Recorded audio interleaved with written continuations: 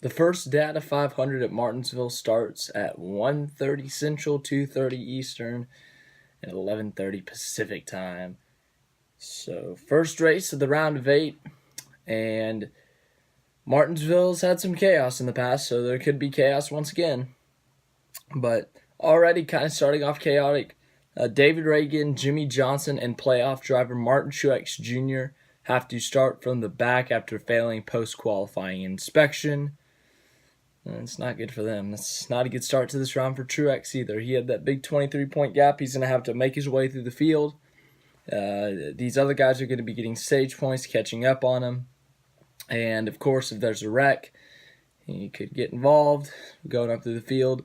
Martinsville is a short track, so there's no room for error. There are multiple stack-ups, and even with braking, people damage their nose, get damage in the rear.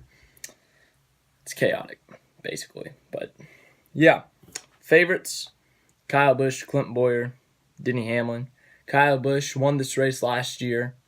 He won 2016 Spring Race 2, so recently he's been doing really well at Martinsville. And then Clint Bowyer, the spring winner, I also have him there. And then Denny Hamlin, who has he's historically very good at this track. He's from Virginia. This race is in Virginia, so it's kind of like a home track, one of his home tracks, I guess. But he's run very well here in the past. He has yet to win this year. He's won a lot of years in a row, so he wants to keep that streak alive. I think he's got a really good shot at it today, starting third. Woo! I will give you, real quick, just where the playoff drivers are starting. Kyle Busch is on pole. Clint Bowyer is starting second. Eric Almirola 5th. Kurt Busch 6th. Joey Logano is starting 10th. Kevin Harvick 11th.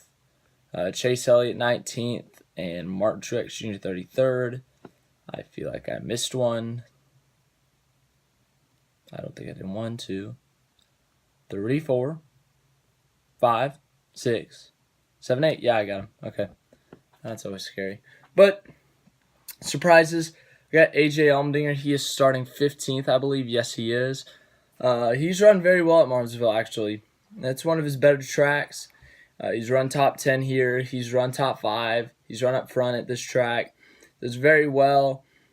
He had a pretty good qualifying, starting 15th. I would not be surprised to see him in the top 10 at the end of the day, maybe even lead some laps, grab some stage points. But definitely would not be surprised. And then Jamie McMurray starting 17th. It's not great, but still, he has run well here as well. 3 years ago in this race, he finished second to Jeff Gordon. And then last, AJ Allmendinger's teammate, Chris Buescher, starting 13th. Obviously, the 47 has had the speed. So his teammate, same shop, same teams, would not be surprised if they found some speed there too. And we're running up front, running top 10 at the end of this thing. So yeah, disappointments, I don't really have any. Maybe Martin Truex Jr. if he gets caught up in something early or if he just doesn't have the speed. But starting in the back definitely hurts, but I think they'll be able to get back, fight through it. But yeah, I don't really have any disappointments. This whole time, I remember in my playoff preview, in my round of 8 preview, I picked Chase Elliott, but I think I'm going to have to change that. I just did not see the speed in the 9 car this weekend. Qualifying, he qualified 21st. He got lucky with 2 people failing inspection, got up to 19th. And then one of the practices he didn't do too well. I think the other one he did okay, but yeah, I'm going to have to change that. I really like the 18 car. I think Kyle Busch will win this thing from the pole. He's got a really fast car. I think he'll lead a lot of laps today. I think he'll win, lock himself in the championship 4. And yeah, that'll do it for Kyle Busch. He'll be advanced. And 3 spots are open after that. But I think the thing that the playoff drivers have to avoid, obviously, is a big wreck or any type of wreck, because it can get chaotic. We saw 3 years ago, Matt Kenseth got turned when Keselowski broke a tire rod or something. It took out multiple playoff drivers, Keselowski, Kurt Busch. I think there was another one maybe, but multiple playoff drivers were involved in that. And then later, obviously, the Kenseth-Logano thing.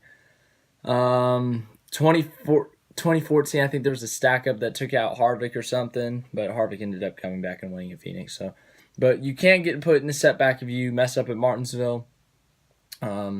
Obviously, last year, Chase Elliott getting dumped late, finishing 29th after leading. So, it could be chaotic. It could I don't expect it to be a long green flag run race. I do expect there to be some wrecks in there, some cautions, some chaos, some playoff drivers having some issues. But obviously, we've seen a lot of issues at Martinsville spring and fall race where there's been chaos and wrecks and stuff. So I would not be surprised to see any playoff drivers taken out today. I don't. As long as you can stay out of the wreck, you're okay. But if you're involved in a wreck, it's not looking good for you. So if someone like Almirola gets involved in a wreck and doesn't have any stage points, he might be in a must-win after one race. It could be rough. So you really just can't get involved in a wreck here. But hopefully these guys don't get involved in wrecks. Hopefully they can run top 10, get some stage points so they can all be contention, make it even more interesting. But yeah, it'll be a fun race to watch. Look forward. Tell me what you guys' thoughts are in the comments. Thank you for watching this. Round of 8 preview. Playoff preview, the whole thing. Even though half of it's over. If you would like to subscribe, just do me a favor. Click on my face. It'd be awesome. Click on my face. Thank you for watching.